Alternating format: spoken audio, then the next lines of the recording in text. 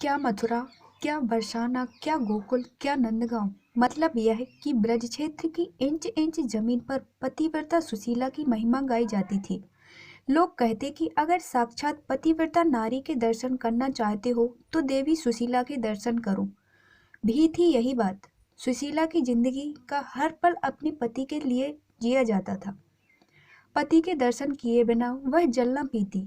एक बार वह अपनी सहेली के घर गई। सहेली का पति कहीं परदेश गया हुआ था, लेकिन खाने के लिए सहेली ने नाना प्रकार की स्वादिष्ट व्यंजन पकाए थे। सुशीला यह देखकर हक्की बक्की रह गई। वह तो पति की अनुपस्थिति में एक बूंद तक ग्रहण करने की बात न सोच सकती थी, इसलिए उससे ना रहा गया। वह बोली, बहन तुम कैसी स्त्री हो, तुम्हारे पति तो परदेश में है और तुमने अपने लिए इतनी तरह के व्यंजन पकाए हैं। भला एक पतिव्रता के लिए यह सब शोभा देता है क्या? सच्ची पतिव्रता तो वह है जो पति को देखे बिना जल तक न पिए। सुशीला की सहेली बड़े मुंहफट स्वभाव की थी। दिल की भी वह बड़ी साफ थी। बोली, बहन सुशीला, यह सब ढकोसलेबाजी है, मुझसे नहीं चलती। अगर मैं अपने पति के बाहर होने पर भी अच्छा खाना खाती हूँ तो इसका मतलब यह तो नहीं होता कि मैं उन्हें नहीं चाहती हूँ। मैं तो जैसी खुश उनके सामने रहती हूँ वैसी ही उनके पीछे भी। अगर कोई मुझ पर उंगली उठाने पर ही तुला होगा तो उसे मैं रोक नहीं सकती। बाकी यह तो सिर्फ मैं जानती हूँ या मेरे पति कि हम एक दूसरे को कितना चाहते हैं। सहेली के इस जवाब से सुशीला जल भुन कर रह गई। उसने मुंह चुनियाकर कहा, यह तो सब ठीक है, लेकिन तुम पतिव्रता नहीं हो। पतिव्रता स्त्री के लिए शास्त्रों में लिखा है कि पति की गैर हाजिरी में वह जल तक न पिए। सहेली ने इसका भी करारा जवाब दिया। बोली, ऐसे शास्त्र मेरे ठेंगे से। अंत में बात यहाँ तक बढ़ गई कि सुशीला तुनक कर अपने घर लौट गई। घर आकर सारा किस्सा उसने अपने पति को बताया। पति भी सुशीला को बहुत चाहता था और उसकी निष्काम पति भक्ति से बहुत प्रभावित था। फिर भी कभी कभी उसे यह जरूर लगता था कि यह सब ढोंग है। अगर पति एक महीना तक घर पर ना रहे तो क्या कोई स्त्री बिना अन्न बिना पानी के एक महीना तक रह सकती है? और उसे लगा कि यह बिल्कुल असंभव है। अगर कोई जिद्दी स्त्री इस बात पर अड़ ही जाए तो जीवित नहीं बच सकती। यह सोचकर पति ने सुशीला की परीक्षा लेने का विचार बनाया। कई दिनों तक वह तरह तरह से सुशीला को कसौटी पर कसता रहा, लेकिन सुशीला हर बार खरी उतरती। कभी वह स्नान देर से करता तो कभी खेत से दोपहर ढले लौटता। कभी कभी तो ऐसा होता कि परोसी थाली तक सामने होने पर वह बहाना बनाकर बाहर निकल जाता और दिन ढले लौटता।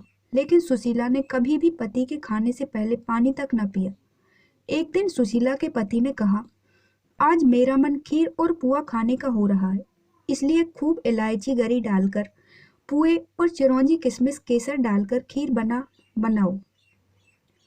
ये दोनों चीजें सुशीला को भी बड़ी प्रिय थी, इसलिए खूब मन लगाकर उसने ये चीजें बनाई।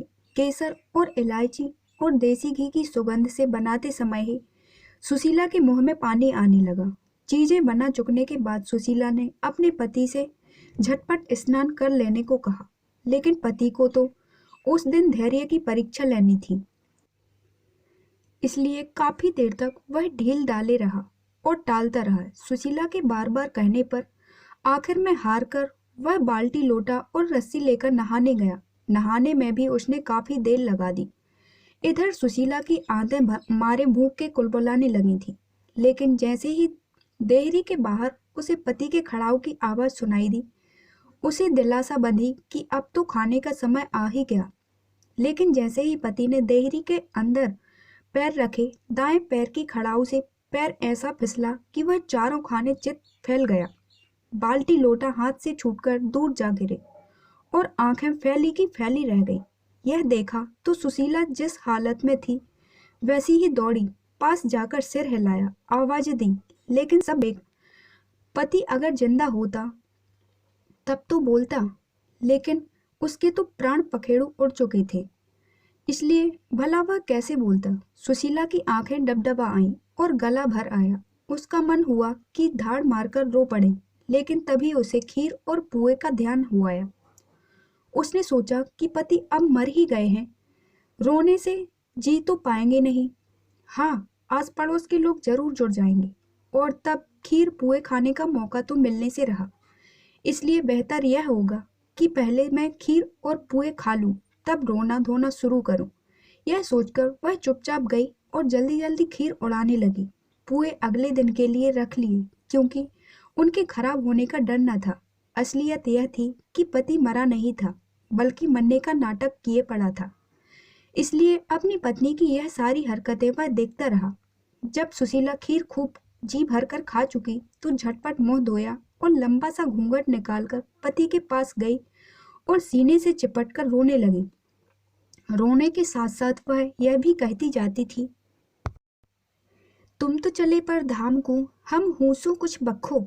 उसका पति कुछ देर तक तो उसकी नकली प्रेम और दुख को सहन करता रहा, लेकिन अंत में उसने ना रहा गया और जैसे ही सुशीला ने अपना जुमला तुम तो चले पर धाम को, हम हूसू कुछ बखो खत्म किया, वैसे ही उसके पति ने उसी से मिलता जुलता एक जुमला जड़ दिया।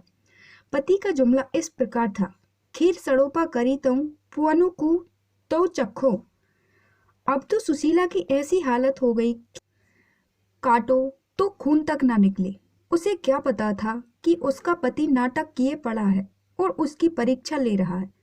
मन ही मन वह रह रहकर अपने आप को कोसती रही कि यह क्या किया, क्यों न जुबान पर काबू रखकर बुद्धि से काम लिया। और उसके बाद फिर कभी किसी ने सुशीला के मुंह से अपने पतिव्रत धर्म की तारीफ नहीं सुनी। पहले जैसे डींगे हाँकना अब सुशीला ने बंद कर दिया था।